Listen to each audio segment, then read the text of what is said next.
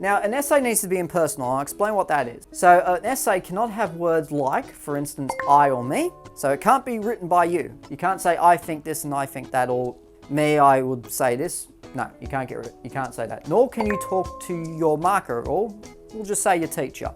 You can't say you or your. All right, you're not speaking to them what we call directly. So you're not having a face-to-face conversation with them. You cannot use the word we, us, or our. So this is what we mean by impersonal language. You can't use any of those words. It's not written by me, it's not talking to anyone, and it's not talking about anyone in general. It doesn't use any of those pronouns. Yes, it can use details. For instance, you can say, but you wouldn't say we believe this, because if, as I said, and again we'll use this example, if someone was to read it and not understand your situation, then they won't know who we is. What you say is not going to make a lot of sense.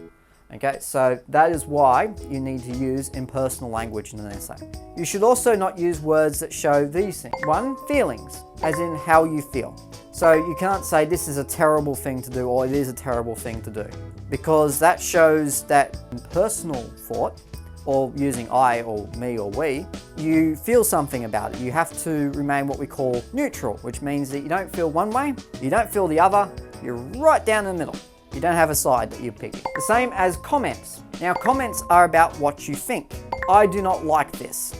Okay, usually a good way to know if you're making a comment is if you use the word I, because that will generally show that what it is you making a comment because it's your opinion. But anything seems like it's just your opinion and not something you can prove through fact, you need to cross out it. So you need to cross out both of these things if you see them.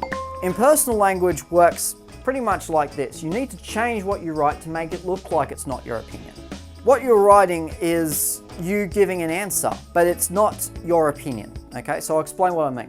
I think it's important that we stop the horrible violence in schools. So to start with, let's just get rid of a few things which are my opinion. I think, okay? Straight away we can tell that's my opinion because I'm saying I think.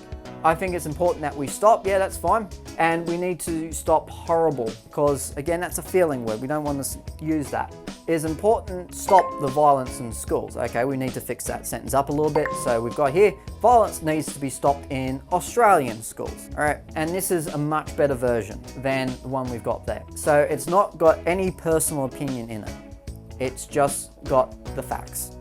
And yes, it might still seem like, okay, well, you're using your opinion.